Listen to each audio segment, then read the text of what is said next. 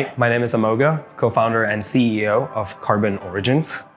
We're a robotics and VR company on a mission to make robots commonplace. So we're a group of scientists, engineers, and entrepreneurs.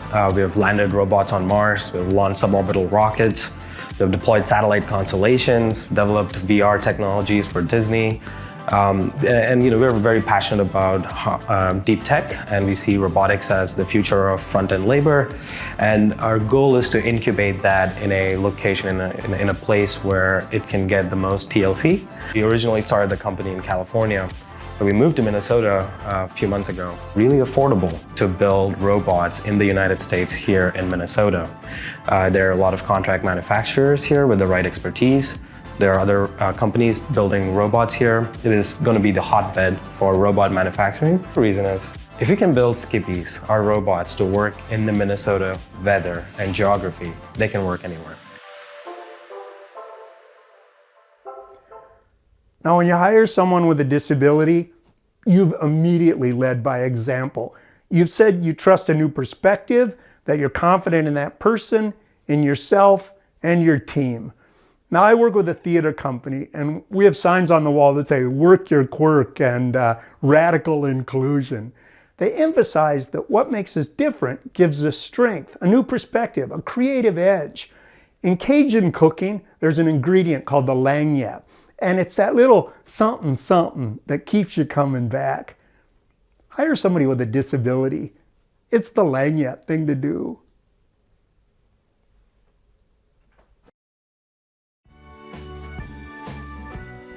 So, you've decided to start your own business.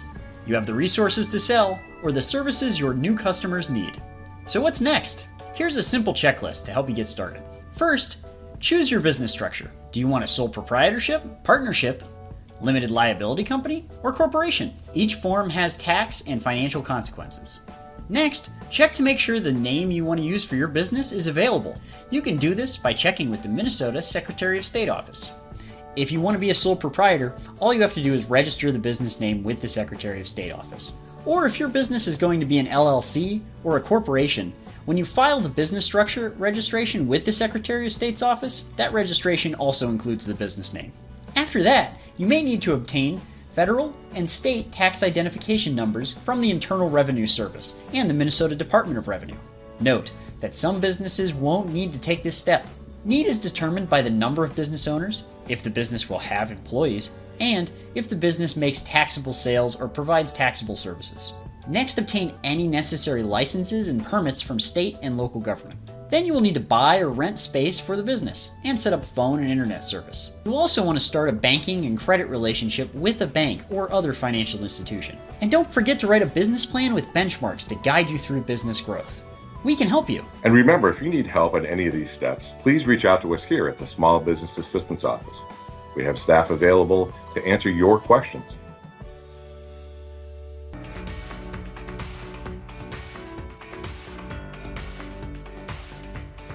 My name is John Hauk. I am president of LightRun Incorporated.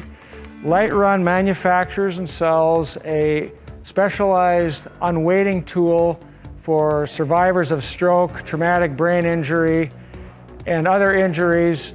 I started out my career working for a company called Cardiac Pacemakers, then later on St. Jude Medical, along with a couple of startups in between. So I came out of the cardiac world, and Minnesota has been a great place for a medical device career. Our product has been sold and is currently being used in Hennepin County Medical Center, the VA Hospital in Minneapolis, North Memorial Hospital, and we're soon going to be delivering a system to Courage Kenny.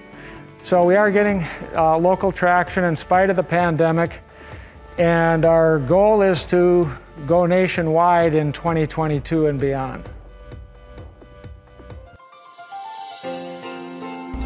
Well, I met Andrew in 2010. He was a recent graduate from the University of Wisconsin-Milwaukee. So he already had his education before he came to us.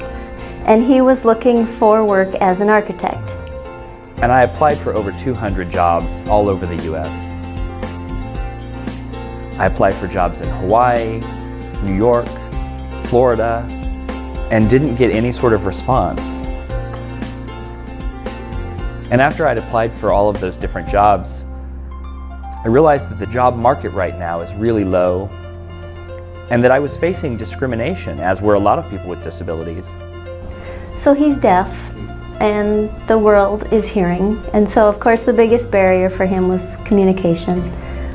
He worked with MCIL on job interviewing skills, and he did a very nice job talking about his experience and his work qualifications, but he did struggle a little bit with the accommodation issue, and so we worked a little bit more on that. It was my good fortune to meet Andrew back in 2007, 2008. Andrew was someone who was deaf, and he had graduated from architectural school. Really my charge was, how can I help Andrew network, take smaller steps given what the economy was. He really advocated in my job search. He wants people to get out there. He connected me with people in the field because that's what I needed. He reached out to MnDOT, the Minnesota Department of Transportation, in the Affirmative Action Office. He contacted Lynette Geschwind. She was the head of the Affirmative Action Office at MnDOT. And she was able to set up a contract job for me to inspect airport terminals. It was a fascinating job, but again, it was contract work.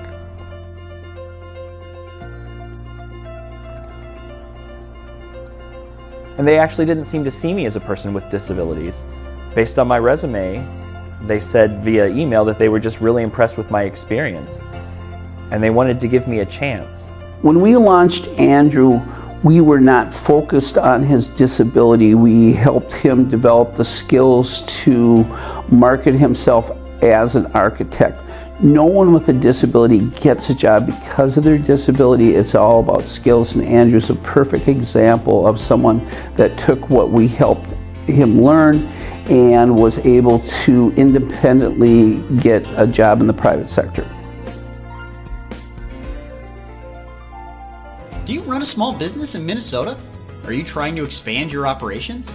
Or need help adjusting to changes brought on by the COVID-19 pandemic?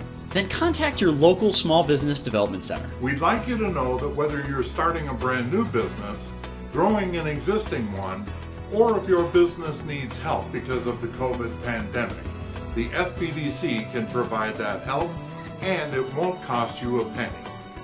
These are hard times, but if you need help with your business, Small Business Development Centers have real professionals standing by, ready to help you develop your business plan, do marketing and research, set up your accounting, gain access to capital, and much more. And they do it all for free. So contact us today at mnsbdc.com. In Minnesota, we're training our workforce for the next chapter of the global economy. Can't wait to get started on this project. It's great hands-on practice. I think our students will love it. I'll bring this to the robotics lab. Our education and business climate are among the best in the nation. And they work together to grow creative, high-skilled talent. The possibilities are almost endless. We're a state that works hard, boasting one of the highest participation rates in America's workforce. Awesome, man. This looks great. We can really do anything here. Great things are happening in Minnesota, and we can help you thrive. Final touch, man. Checkmate. Join us.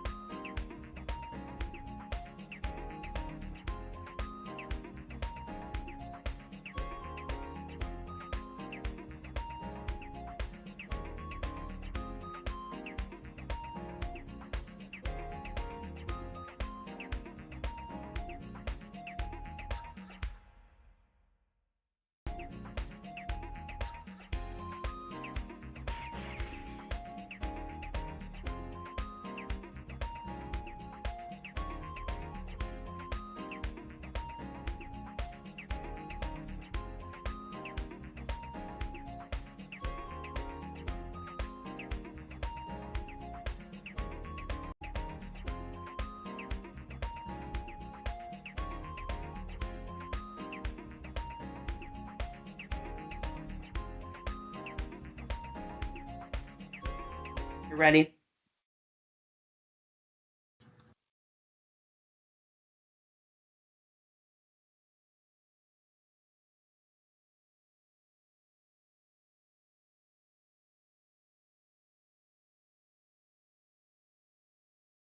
Hello, everybody. Welcome. Thank you so much for joining us. My name is Jessica Miller, and I'm the Interim Director of Workforce Strategy for this great team we have here. Thank you so much for taking time out of your day for Workforce Wednesday, a monthly series that's focused on sharing best practices and workforce strategies. These events are facilitated by the Workforce Strategy Consultant team and are held the first Wednesday of the month from 11 to 12, with an open forum to ask questions following from 12 to 12:30 called Unplugged. These sessions are focused on highlighting proven strategies to build talent pipelines, share best practices from around the state, and network with other Minnesota employers about all things workforce. All these sessions are recorded and available on CareerForce MN website. Before we move into the next piece here, I'd like to remind you of the chat that everybody is using. Thank you for that. Know that we want to hear from you. So please continue to add your comments and questions and share your best practices with us as you learn some tools and resources that are available to you today. We are all in this together and we love to learn from each other. We'll collect your questions and comments and we'll do our best to answer any questions throughout the session and then during our unplugged time together. And to kick things off, I would love to hear what you're most interested in learning about today. And now, without further ado, I'd like to introduce my colleague Adeshewa Asiji, who will be facilitating our conversation today. Go ahead, Adeshewa. All right. Thank you, Jessica. Good morning, everyone. My name is Adeshewa Adesiji. I'm the Workforce Strategy Consultant located in the Twin Cities metro area, and I will be facilitating today's Workforce Wednesday session on strategies for upskilling and training your workforce. So next slide.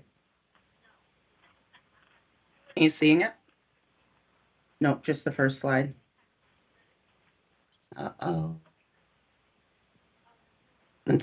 I got a little delay. Let me retry. Okay. How about now? Nope, still the first slide. I'm so sorry. Nope, don't worry about it. Let's try it again.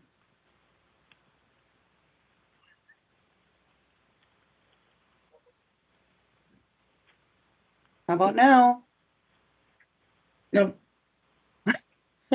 Still the first slide. Oh my goodness. Okay, you keep talking and I'm just get it where we need to go. Sorry about that. No. So and I'm on the agenda slide too, Della, once you get to that. Excellent.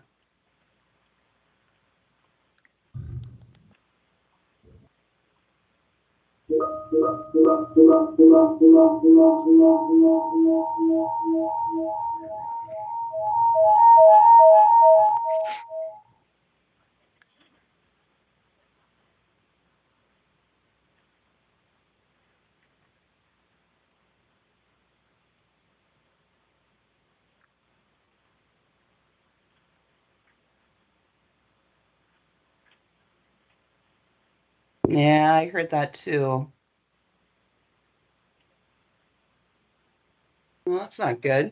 Well, at least it's working, right?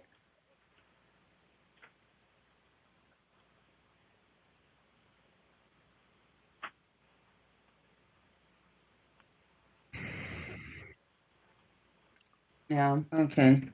There she is. All right. Okay. Yeah, I started talking and it all of a sudden I lost you guys. Okay. So good, we can go. So in today's webinar, we're going to hear from program representatives and employers on strategies for upskilling and training your workforce. So of course, we'll be taking audience questions throughout the presentation. So as Jessica Miller had mentioned, please use the chat box to share your ideas and questions. And then following this webinar, we'll have the unplugged session from noon to 12:30. So if we're looking at the agenda, I like to start off with some data. So did you know we'll be going over some data about the grants and training programs that will be presenting on today. Talk a little bit about investing, why it's beneficial to invest in upskilling and training your workforce. And then we'll go into having representatives from the Minnesota Job Skills Partnership, Apprenticeship Minnesota, Minnesota Dual Training Pipeline, and Youth Skills Training programs present on their programs. And then we will have an employer panel discussion. We have 3 wonderful employers joining us from Turog Manufacturing, Minnesota Association of Community Health Centers, and Seneca Foods. We'll provide some resources to follow up if you are interested or having additional questions on programs, and then we'll go into the unplug. So next slide. So as I mentioned, I like to start with did you know, or some data just to talk about the programs. So if we go into the grants and the awards, just some data. So for the Minnesota Job Skills Partnership and Pathway, within the last 3 to 5 years, they awarded 210 grants totaling $34.5 million to train over 40,000 new and existing workers.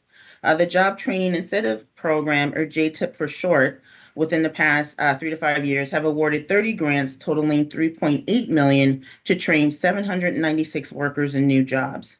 The Automation Training Incentive Program, or ATIP, which is mainly for businesses in Greater Minnesota, awarded 24 grants totaling over $527,000 to train 173 workers. The Youth Skills Training, or YST program, awarded a total of 49 grants over the past 4 years and have approved 141 employers throughout the state to serve as youth skills training employer sites, providing paid work experiences to high school students between the ages of 16 to 17 years. And then last but not least, the Dual Training Pipeline, I apologize for that, has awarded grants totaling $3.347 million to 56 employers across Minnesota. So as you can see, these programs are being used. Employers are seeking these grants and these trainings to upskill and train their workforce. Next slide.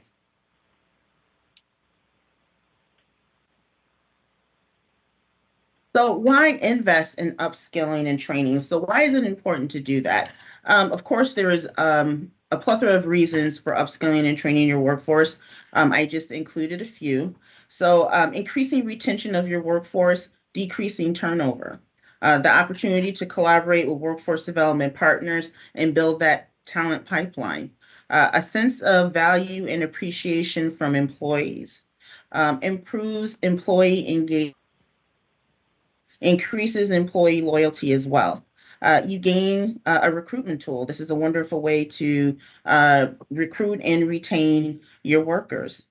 Prevents and addresses the skills gap, and then increase productivity. So as I mentioned, these are some of the benefits of investing in upskilling and training out of a lot of reasons for doing that. Next slide. So without further ado, let's hear from the program experts on grants and trainings available to employers for upskilling and training their workforce. So in the order that they'll be presenting, we have Danielle Crescent, who is the consultant with the Minnesota Job Skills Partnership. Next, we'll hear from LaRon Latimer, who's a senior field rep for Apprenticeships Minnesota. Then we'll hear from Dan Solomon, who's the manager of the Minnesota Dual Training Pipeline. Last but not least, we'll hear from Rich Russels, who is the program manager for the Youth Skills Training YST program. So with that, I will turn it over to Danielle Crescent, who will begin presenting on her program.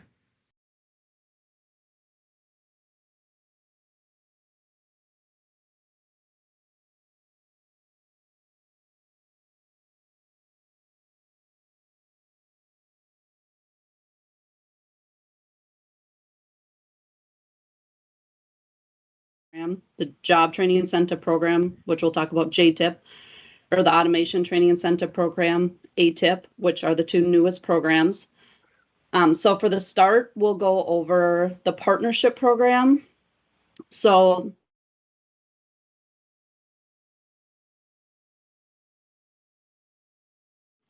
Attention must be given to the changing skills needed for the Minnesota employers. Partnership grants assist businesses and industries expanding and need additional skills for those workers, or whose current workers need new skills based on anything that the business has, whether it's new technology, just upskilling, DE&I. We have a wide variety of training that we allow for that program.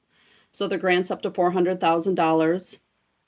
The funds are given to the educational institution, which is different than some of the other programs, which it goes directly to the business, which there is some positives for the business in that, where some of that burden of reporting, which businesses feel with grants, is given to the educational institution. So it kind of takes that pressure off the business. And the educational institution, which are usually Minnesota state colleges, have experience with that. So we do find that businesses tend to like that because it takes that burden off of them. There is a one-to-one business match requirement. It could be cash or in kind. For the most of that, I know people get a little leery or a little concerned with that. Typically for us, it's the wages that employees are earning while they're in training. So they're receiving training while they're on the job, and the wages that those employees are paid while they're in training counts as match. Our program can train new or incumbent workers. The projects are typically 1 to 3 years long. And the emphasis of these projects are economic development, capacity building for the educational institution, and economic opportunity for those individuals receiving training. So I just looked at some past numbers for the partnership program, and things that 91% of businesses that have participated in the MJSP projects indicated that they're worth the investment. And 91% of those businesses participating in MJSP projects indicated they were likely or very likely to recommend it to other businesses. We can go over if you have questions in the other part about what types of trainings we do. I mean, really the sky's the limit. So for the Job Training Incentive Program, this is one of our newest funded programs. This funding is for businesses that are expanding in outstate Minnesota, so they can't be part of the 7-county metro area. So grants to new or expanding businesses for the purpose of training those new workers, so those new jobs. Grants of up to $200,000 were awarded, and it's up to $5,000 to $9,000 per new job, and that's based on the wage of the employee. The businesses must match the grant 50 cents to the dollar. Typically, those are wages employees are receiving while they're being trained. There's an application fee. And then the new jobs must pay a wage of at least 120% of the federal poverty guidelines, which right now that's $16.01 an hour for full-time employment. They typically run a year or less. So the intent to that program really is that this business is expanding, they're creating new jobs. Those workers need to be trained in a specific skill for that new job. The training can be done in-house. It can be done through an educational institution. It can be done through a vendor.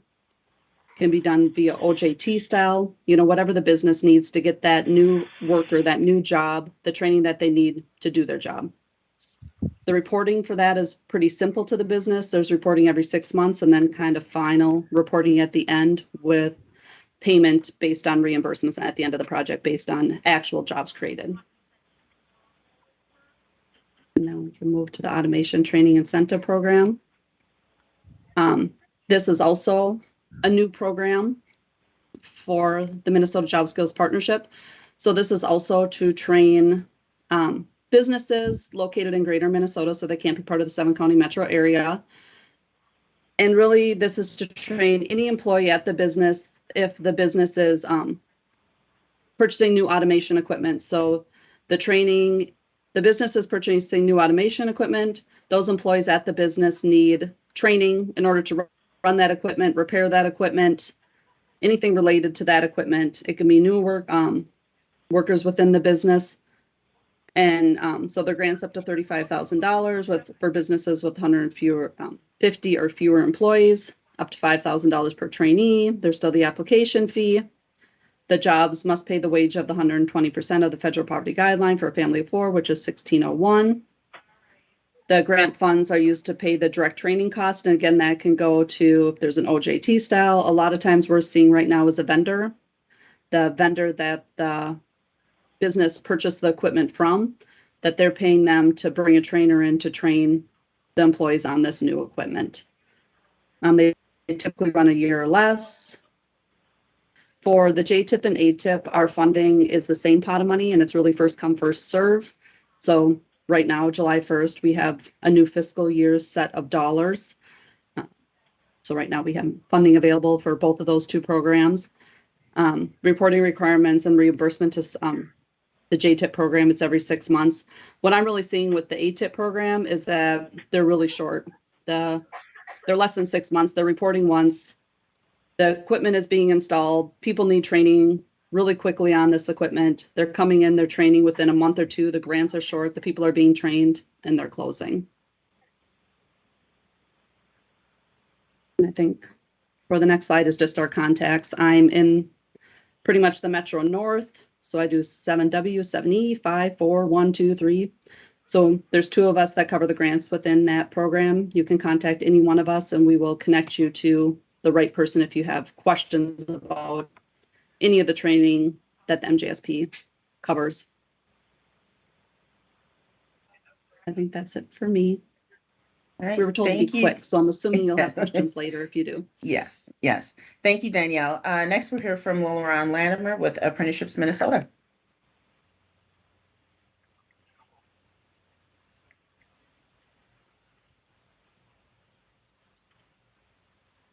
Good morning. Can you hear me? Yep. Perfect.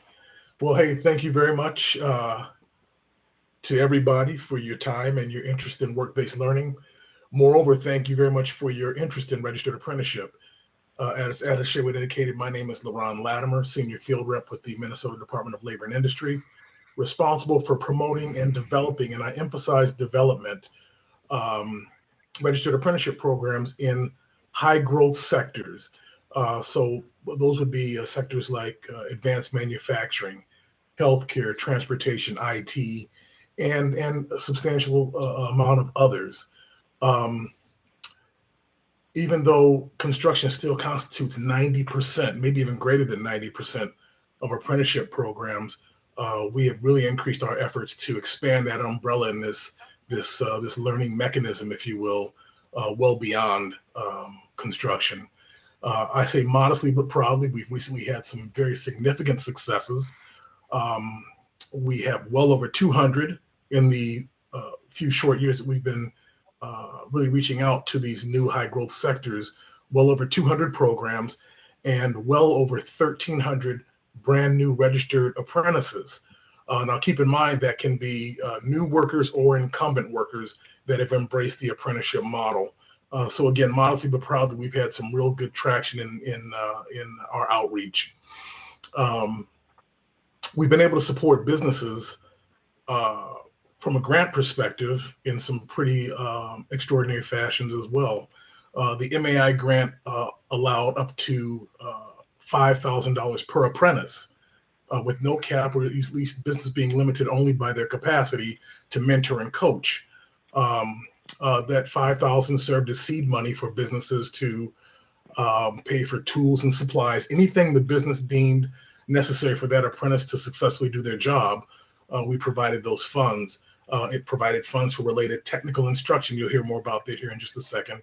And it also paid for some of the administrative, or I would say the HR and management time it takes to administer an apprenticeship program. And as a former HR person, I can tell you that time is really not substantial.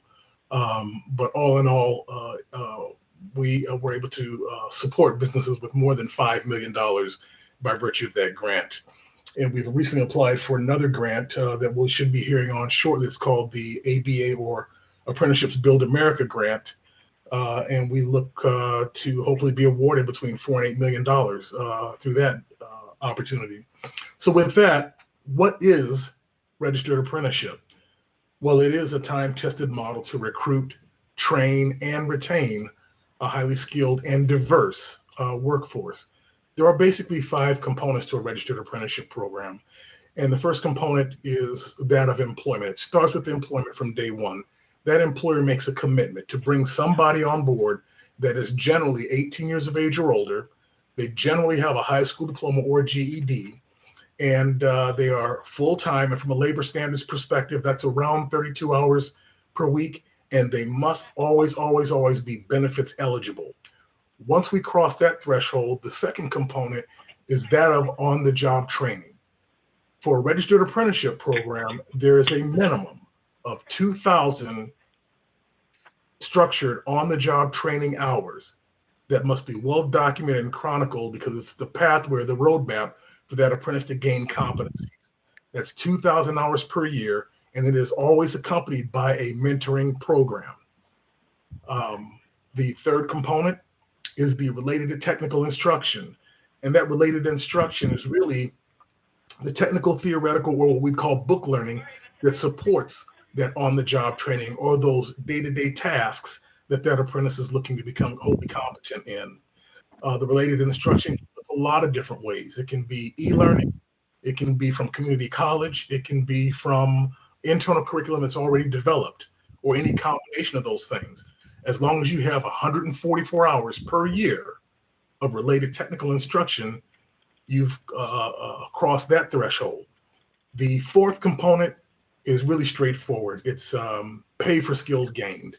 It's a progressive wage schedule. As that apprentice becomes more competent and they contribute more to your bottom line, it's only fair or reasonable that the business will reward them with increased wages. Now, we don't dictate wages. However, Apprenticeship Minnesota will only bring forward programs that pay family sustaining wages. In the metropolitan area, that's about $18.60-ish per hour. And then finally, of course, there's that stackable credential that recognizes the individual that's completed the journey, hence the term journey worker, of an apprenticeship program, a nationally recognized credential indicating that they are a subject matter expert. And that is the whole goal of registered apprenticeship, is to create subject matter experts. Next slide, please. You know, Attaché really spoke to a lot of this earlier when we talk about the benefits of an apprenticeship program. We're looking at now a pretty significant worker shortage, and you think about it, on top of that, 10,000 people every day turn 65 years of age or older. And so now you've got that gray tsunami. You also have, of course, some economic challenges and a host of other things that are really making it difficult for businesses to source folks. This is a way for businesses to grow their own. It also allows you to bring folks on who are producing as they train. You've got increased productivity. What we're finding with related instruction is that a lot of new workers or even seasoned workers that are part of apprenticeship programs are going to the community colleges, or they're taking e-learning courses, or they're studying new curriculum and bringing that back to the shop floor or the work environment. And you've got incumbent workers that are picking up on that now and becoming more productive. Reduced employee turnover, of course, relationships drive retention. And that's where that mentoring component is really so important. You really want to, of course, capture the knowledge before it walks out the door. And there are tremendous employer incentives to hire veterans. I'm just going to kind of breeze through the workers in the Minnesota, but the benefit to workers, of course, is employment from day one. They get comprehensive job training, there's substantial safety instruction, again, a progressive wage schedule that is consistent with family sustaining wages. They get that nationally recognized stackable credential, and registered apprentices are also GI benefit eligible. And of course, the pathway to middle class as a benefit to Minnesota. Quality training for workers in a vibrant economy is really important. One quick idea about how we do it. We really work to make it very business centric. And what I mean by that is each one of the components that I listed out, we can generally drill down and capture the employer's best practices in 4 30-minute sessions, meaning each one of those sessions will look at your structured on-the-job training and make sure it's consistent with not only what you're doing, but it's consistent with what the national template looks like. But again, we still tailor it to your work environment. That second session, we'll look at the related instruction. If we need to source that for a business, we'll do that. Otherwise, we'll find what their preferences are, and we'll catalog that key learning to make sure that it's eligible for reimbursement. And again, if those apprentices have that roadmap for where they're going to for their key instruction. The wage schedule would be a third meeting that we'd have. And again, we don't dictate wages. We really work to incorporate what it is you're currently doing or provide some options and ideas to help you pay out that structured increase because those workers are adding more to your bottom line. And then finally, there's safety training that's always involved, and we've got a menu that we help you select from. So we really work to do everything but reinvent the wheel and just make sure that we capture your best practices and memorialize a process that's really going to help you attract talent, retain that talent, and coach it up and upskill it to nationally recognized competencies. With that, I know that we're going to take questions at the end. So that is the sum total of my presentation for right now. Thank you all. All right. Thank you, Laron. Next, Dan Solomon with Municipal Dual Training Pipeline. Well, thanks so much. Thanks for hosting and for having me. So Minnesota Dual Training Pipeline, to kind of pick up where Laron left off, registered apprenticeship is kind of the gold standard for work-based learning, and Pipeline exists as kind of that gateway to apprenticeship. So it borrows a lot of the same concepts as a registered apprenticeship without always necessarily being quite as formal as a full-on registered apprenticeship. So we're a source of support to employers to develop their own employment-based dual training. So like was discussed earlier, this program can exist for existing workers. Maybe they're at a lower skilled job, but they show an interest and an aptitude to move up if they were just given some additional training and support.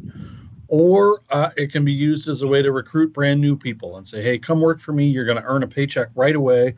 We'll start you at this lower position, but we'll show you how to advance at our organization. And through this dual training, you'll be able to move forward at our company. So existing or new workers, either or a combination of the two. We work in the 4 industries of advanced manufacturing, agriculture, healthcare, and IT. Really important to note, we recognize everybody has IT needs. So, you don't have to be a Google or something like that. In fact, the biggest user of this program for IT training is a really large healthcare system. Lastly, wouldn't be a government program if Pipeline wasn't also an acronym. It stands for Private Investment, Public Education, Labor, and Industry Experience. When you put those things together, that's really what this is all about. And so if we go to the next slide, kind of a way to illustrate that is, and you can go all the way through it, dual training is really, it's pairing some structured on-the-job training with that formal education, that related instruction. Typically, that related instruction is going to be at a community college, but it doesn't have to be. What it should do, though, is for our purposes, we want to make sure it results in at least the completion of a degree, a certificate, or an industry-recognized credential. Something that when the employee earns it, they can add it to their resume, and everyone in industry would look at that and go, yep, that has value. That clearly demonstrates, they've mastered some of these competencies. And as I said, where it's kind of that gateway to apprenticeship, it doesn't necessarily have to be a full-time employee for Pipeline. Most are, but they don't necessarily have to be. And they do have to be doing this on-the-job training paired with the formal education, but we don't necessarily monitor the number of hours of on-the-job training. We just require that that they be doing some of that and being paid for that, obviously. Typically, there'll be some wage progression as they advance in their training, although it's not a requirement of Pipeline. And so, when you put this all together, very similar to what Laron said, that we see with work-based learning, you see great benefits to both the employer and the employee, especially for the employer on the recruitment side, to be able to say, hey, come work for me. You're going to earn a paycheck right away, and we'll show you how to advance. That can be a really motivating way to recruit people. And on the retention side, folks see that they're being cared for, that they're being that the company's investing in them, and that can be a motivating factor, as well as typically there's a mentoring component or some job shadowing through on-the-job training. And we know the more relationships you have at work, the more likely you are to want to stay at work. And so that can be a really motivating factor for retention. And then if we go on the last slide, just quickly, we go about this work in kind of three big ways. We do industry forums throughout the year where it's a way for us to learn what's going on in industry. How can we be helpful? We recently held one a little over a week or so ago where we had a speaker from the Federal Reserve Bank talk about the latest kind of trends and impacts of inflation. Our next industry forums will come up in October.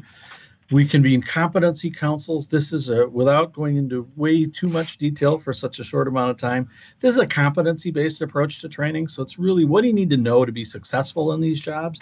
And then how do you learn those things through combining on-the-job training paired with formal education?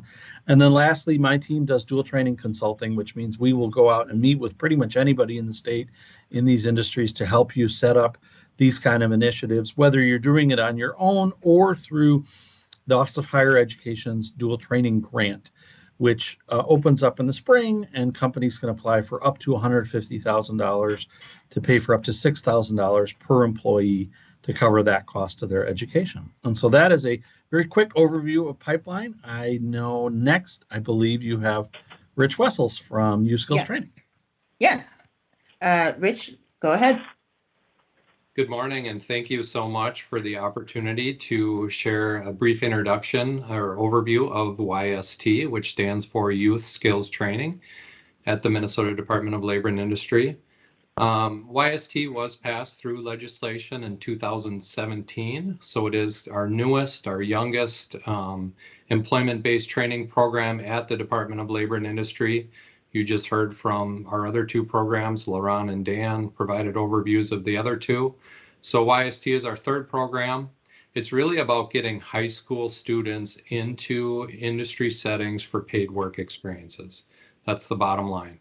If you take a look at the bottom of this slide, there are 5 different industries that I work with through YST. It's advanced manufacturing, agriculture, automotive, healthcare, and IT. And it's really about creating partnerships, supporting the creation of partnerships between schools and employers in one or more of those industries.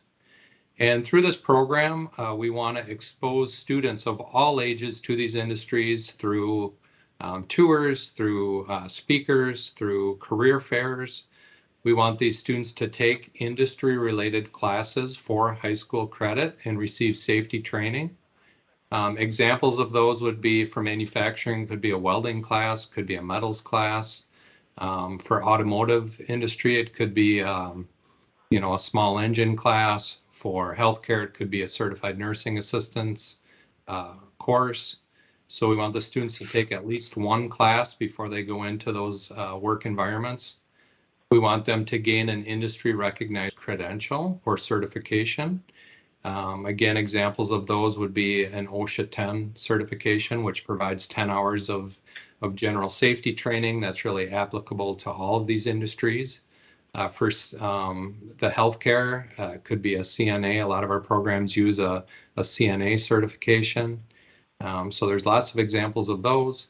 And finally, we want these students, again, to go into safe, healthy, and meaningful paid work experiences while they're still in high school at the age of 16 or 17.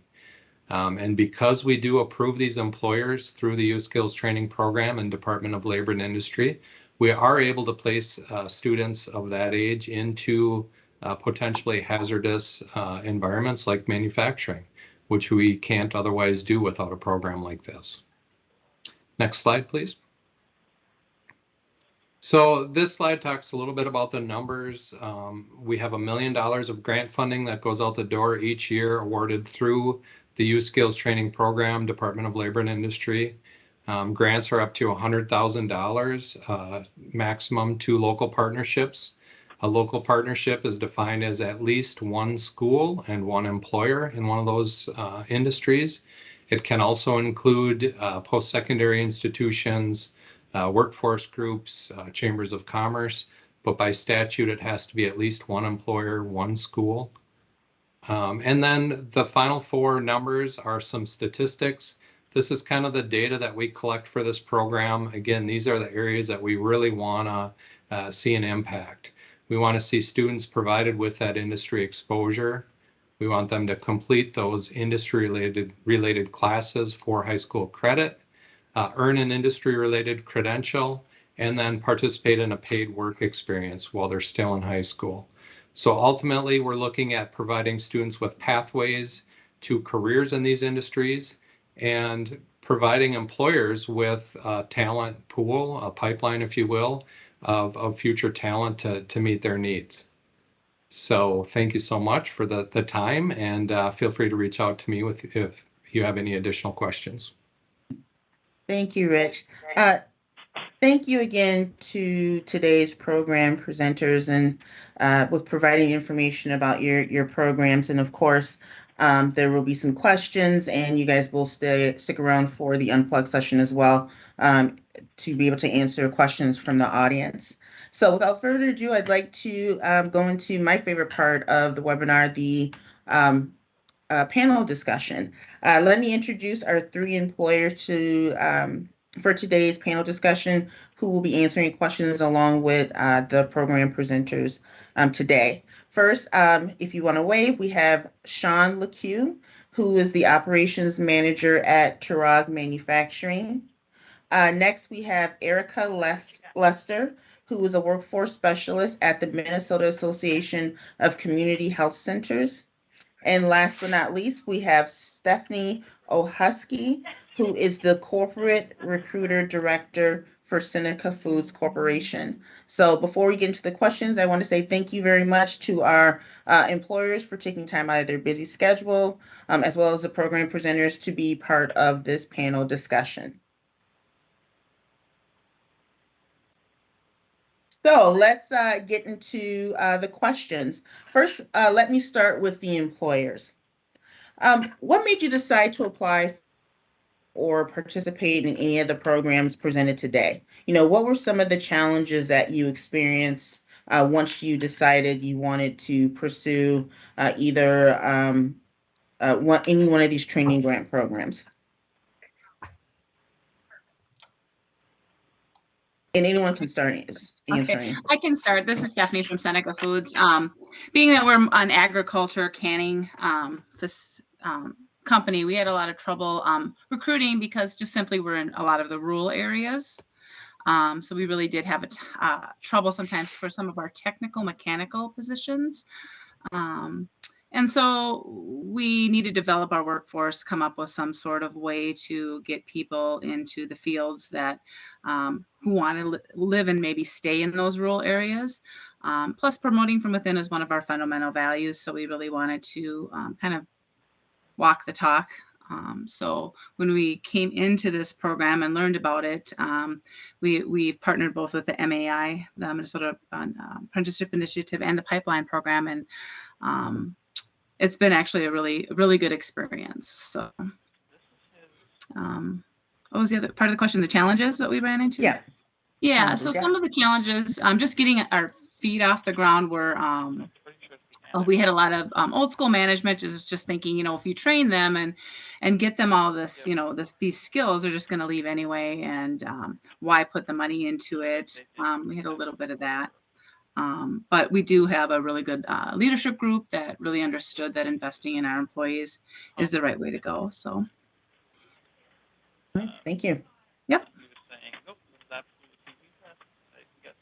So either Sean or Erica, anything you want to add to the what Stephanie just said? Yeah, so I kind of did this at a former employer. We had some grant programs in the North Dakota side.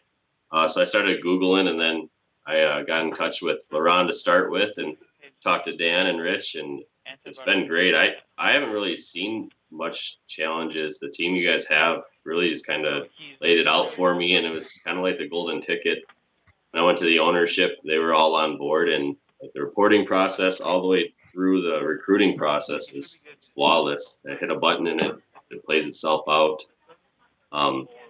Yeah, I recommend it fully. It's definitely helped us retain, but even just recruit. Really helped us even just take on the training aspect just financially, so I'm able to actually financially pull trainers off the floor and solely give them to a trainee. All right. Thank you, Sean. Yeah, and I can say a little bit about, I don't know if my camera's working, so apologies for that. But Erica Lester from the Association of Community Health Centers. We are in a bit of a unique position in that we are the supporting organization for 17 different clinics across the state of Minnesota. So, one of our huge challenges is medical and dental assistants, being able to both recruit and retain them. So for us, it was a large part in getting buy-in from enough of our clinics that they would want to each of them has their own sort of apprenticeship program that we sort of manage here on our side here at MINAC. So I think our biggest challenge was getting the buy-in and making sure that this would be worth the time and resources to put into building this system. But working with LaRon and the apprenticeship program has really been a great process. They've made it really as easy as it can be for us. So, one of the things that we hear from employers that are interested in pursuing one of these programs is that buy-in from leadership. So from what I'm hearing, for some of you, buy-in was, pretty simple. The management higher level, they were pretty much on board. For some of you, it was more persuading needed to happen before they were like, okay, let's move forward with this. So it's not, so for employers, it's kind of that 50-50. There's still the importance of getting leadership buy-in from leadership. But it is possible. So I think that that's something that needs to be, recognized as because that is a concern that employers have. So speaking of concerns, I'll piggyback with this question, and this is for employers still. A concern that we hear from employers is the amount of time needed to apply for grants or build, a training program is not there. Sometimes employers don't have the bandwidth, they don't have the manpower to move forward with going through the process to get, a grant or training. For you guys, was this an easy process or a difficult process? Did you receive any assistance during the process? I know you mentioned receiving some assistance and getting that support from the program representatives, but were there any other, did you receive any other assistance? And how long was the process from the start to implementation? Was it fairly quickly? Were there some hiccups? So basically, the process, the time, the difficulty, just what is your take on that, and what was your experience with that? Oh, I couldn't say it was super easy. I think after the first meeting with LaRon, it was maybe 2 weeks, and we were already starting to build a foundation and implement it. You guys did all the hard work, to be completely honest. I still use the spreadsheets that were given to me 2 years ago. I'm literally looking at it right now. I click a button, enter an hour, and that's that. I can't say a negative thing about the programs. Yeah, us too. It wasn't difficult at all. It took just a few months when we were first starting, kind of thinking through what we want to do, but that was mostly on our part because it was during our busy season. I can tell you, never having done a grant application, that was a little intimidating, but there was a lot of help for that, both from our college partner and from the MAI and the pipeline program. They both were huge helps. So yeah, I'm an expert now. Not quite, but. For us, it was a bit of a longer process, completely from start to finish. I believe it took us about a year to get everything completely up and off the ground. So we've modeled our apprenticeship program off of one that was actually done in Washington State. So it took us a lot of time to sort of modify everything that they had done and sort of make it to meet, sort of the standards that are in place in Minnesota. There's a bit of a difference for, hourly requirements and things like that. The grant process was simple, streamlined. So we were able to get that application done and get that funding. And then, so it was, most of the time I think was on our end, just trying to get everything, where it needed to be. But again, the apprenticeship initiative was great. They were there for us every step of the way, and really made it, pretty easy for us, even though it was a bit of a long process. I wouldn't say it was an extremely difficult process. So Erica, would you say that the process being longer than what Sean and Stephanie had mentioned was due to taking something that was already in existence? I believe you said you modeled your program off of a program in Washington State. Do you think that if you guys had built it from scratch and not used an example already being implemented somewhere else, that process would have been a little bit quicker? Or do you think it still would have been about a year to complete the entire process? Yeah, so I think because of our situation having 17 different clinics, we had to run it by all of them to make sure that the curriculum and everything that we were looking for apprentices to have marked off as skills really fit with their workflow and what they require. So I think even if we had done it from the ground up, it probably would have been about a year, maybe even longer, if we had to make the curriculum ourselves and not sort of modeled it after one that already existed.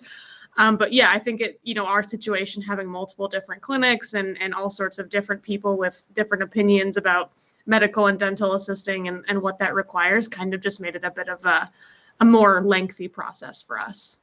Okay. All right. So for the audience, for the employers in the audience, it is possible to, for the process to be shorter than expected. You can have it, I think Sean had mentioned in 2 weeks, it could be a year.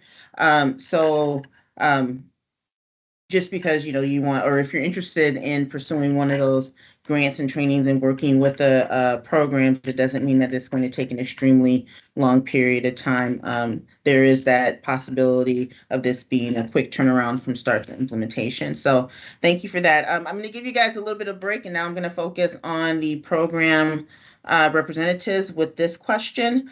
What should employers consider before applying for grants and or training programs to upskill their workforce? And anyone can go ahead and start. Say good morning, LaRon Latimer here.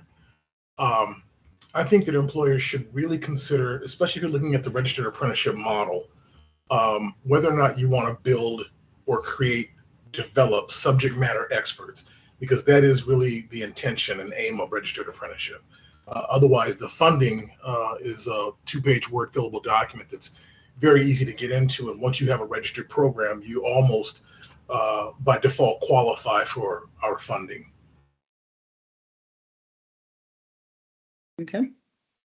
I would say for the MJSP program is just learning what are your training needs? For us, it doesn't necessarily have to be like one area. Do you have multiple areas that need the same type of training? Do you have company-wide training? Are you looking at training just a targeted sector of your employees? For MJSP, it's really, we're not targeting it it can be company-wide or within a certain area of the business. I mean, it's anywhere. So what are your training needs? What do you want to accomplish from training, and then go from there? Yeah, I would kind of piggyback off that and say, for pipeline and and related to apprenticeship as well, exactly what is it that you really need to make sure your people need to know to be successful in these occupations, and how can you leverage these programs to make sure your people learn those things in order to be successful, and know that quite often you're probably doing a fair amount of these things already. You may already have some on-the-job training practices in place, It sometimes is literally just kind of taking some time to self-evaluate, look at what you're doing, and see how could I step back and make sure I'm actually getting what I want to be getting out of my training efforts. And oftentimes apprenticeship and pipeline and these kind of initiatives can help you, kind of steer in the right direction to be able to do that. The last thing I would also just say is that,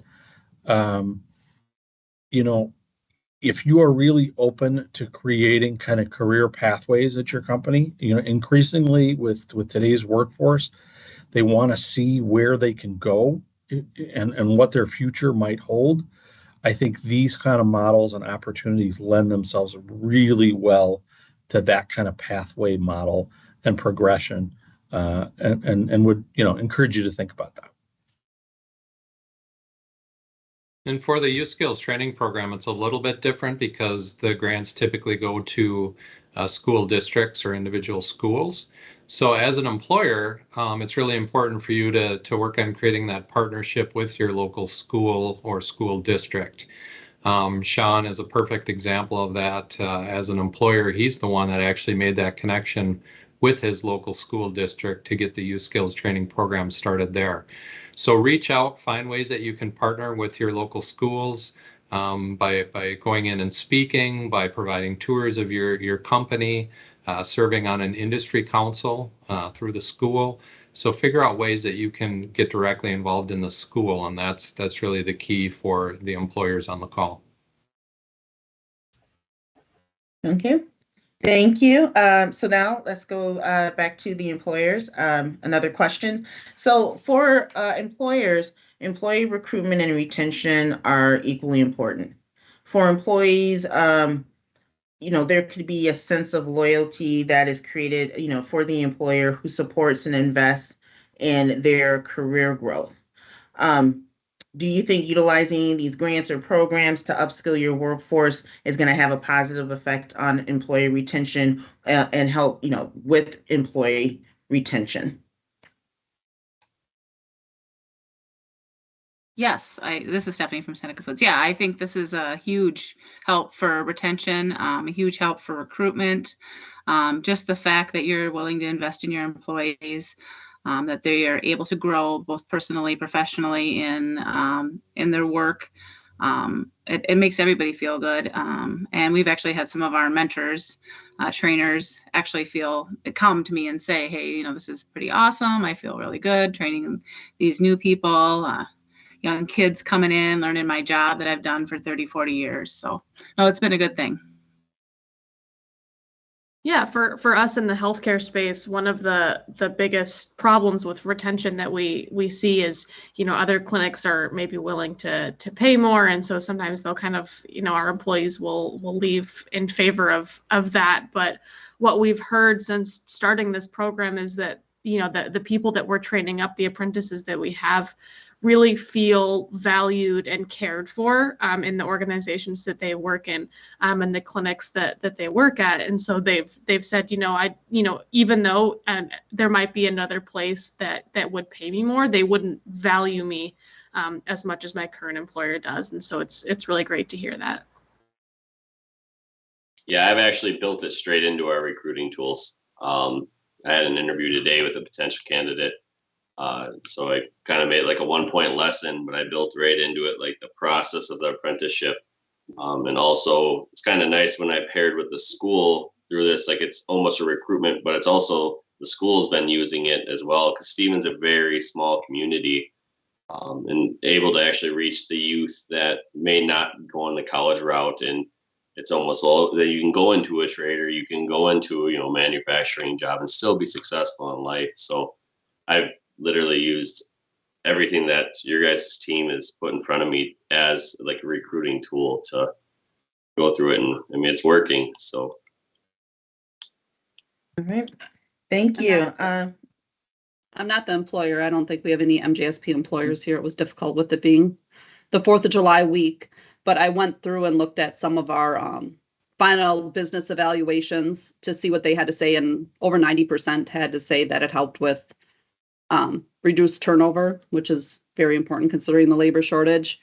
And for the MJSP lately, we've done a lot of different, succession planning, leadership, diversity, equity, and inclusion, promoting from within training, and a lot of them increased productivity, improved quality, improved retention, resulted in wage increases and promotions because you're promoting from within, which is really new workers want to see, is there somewhere for me to grow within this organization? Is there potential? I mean, most people want to make more money. Is there potential for me to make more money?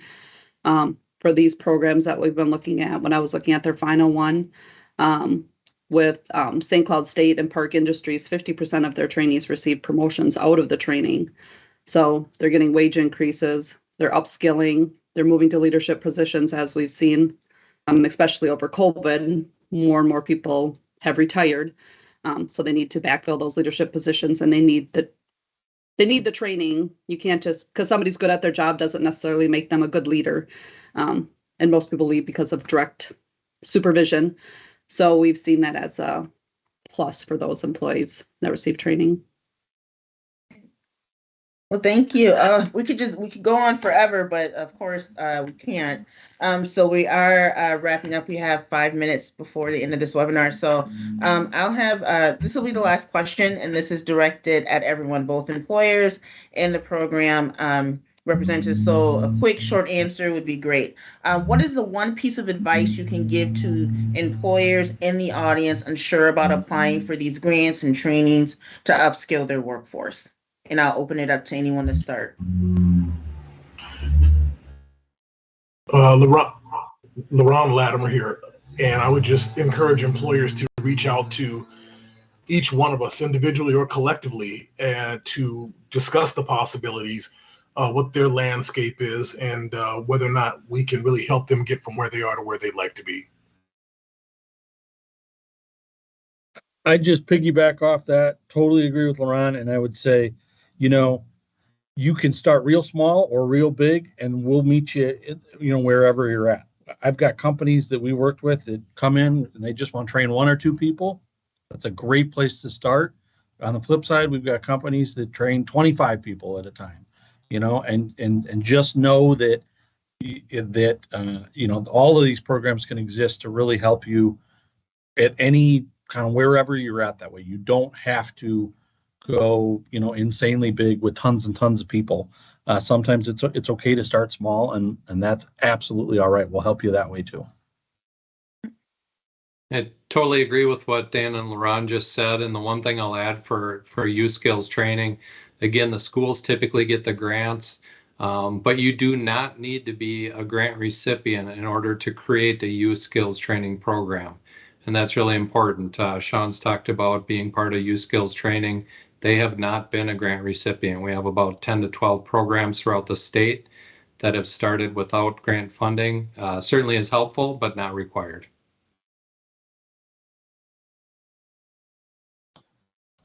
I know when I started creating our apprenticeship program, it seemed so daunting to put all of the pieces together, but you really don't have to reinvent the wheel. Working with, the apprenticeship initiative, it was so so easy to look at what they've already done in the past and use these pieces to sort of create our own program and make it as easy as possible. So yeah, with help, it's definitely doable. I guess my piece of advice would be just, I don't know why you wouldn't try it. There's really no negativity. To be honest, my experience, your guys' team did all the legwork. I mean, literally it was enter numbers. You got awesome team. And I've even used some of the team as other resources, developed a great relationship, to even where there's even been some mentoring back and forth, and just really being able to, widen your network to multiple different, avenues. I don't know why you wouldn't, as an employer, at least dabble in seeing what you could do. I agree. I'll piggyback off of that too. I agree. I think just jump in and ask for help, and everybody's there to help you. And it can be super easy if you just ask. So.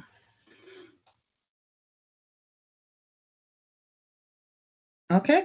Well, thank you, everyone. With that, if we want to put the presentation slide back up, here are a list of resources you can go to, or links you can go to learn more about the programs presented today. And we'll be sending out information about these resources to anyone who's unable to catch it today. So with that, let's hear from our Southeast Workforce Strategy Consultant, Jessica O'Brien, about next month's topic. Yeah, hi everyone. I'm Jessica O'Brien. I work in the Southeast region of Minnesota, and very excited about our August session. So I want to make a quick plug to everybody. We are going to have a discussion on innovative workforce partnerships. And so we're going to hear from businesses and nonprofit partners on how they collaborate to create win-win workforce solutions for youth, individuals of refugee status, and also justice-involved talent pools. So the session will be held on August 3rd, and there's a registration link here in the chat. We hope to see you in August. And so with that, I'd like to, again, thank all of the program presenters and the employers for part of this discussion. I'd like to thank you, the audience, for taking time out of your schedules to listen in on this webinar. I hope you found the information included useful, beneficial, and I hope that you guys are thinking about pursuing any of the grants and trainings presented today. The recording of today's webinar will be available on the careerforcemn.com Workforce Wednesday page and within the next few days. So if you want to return to it, to listen to it again, or to share with some of your colleagues who aren't able to listen to today's webinar, that'd be great. With that, I will turn it over to Della, who will talk to us about the Unplugged.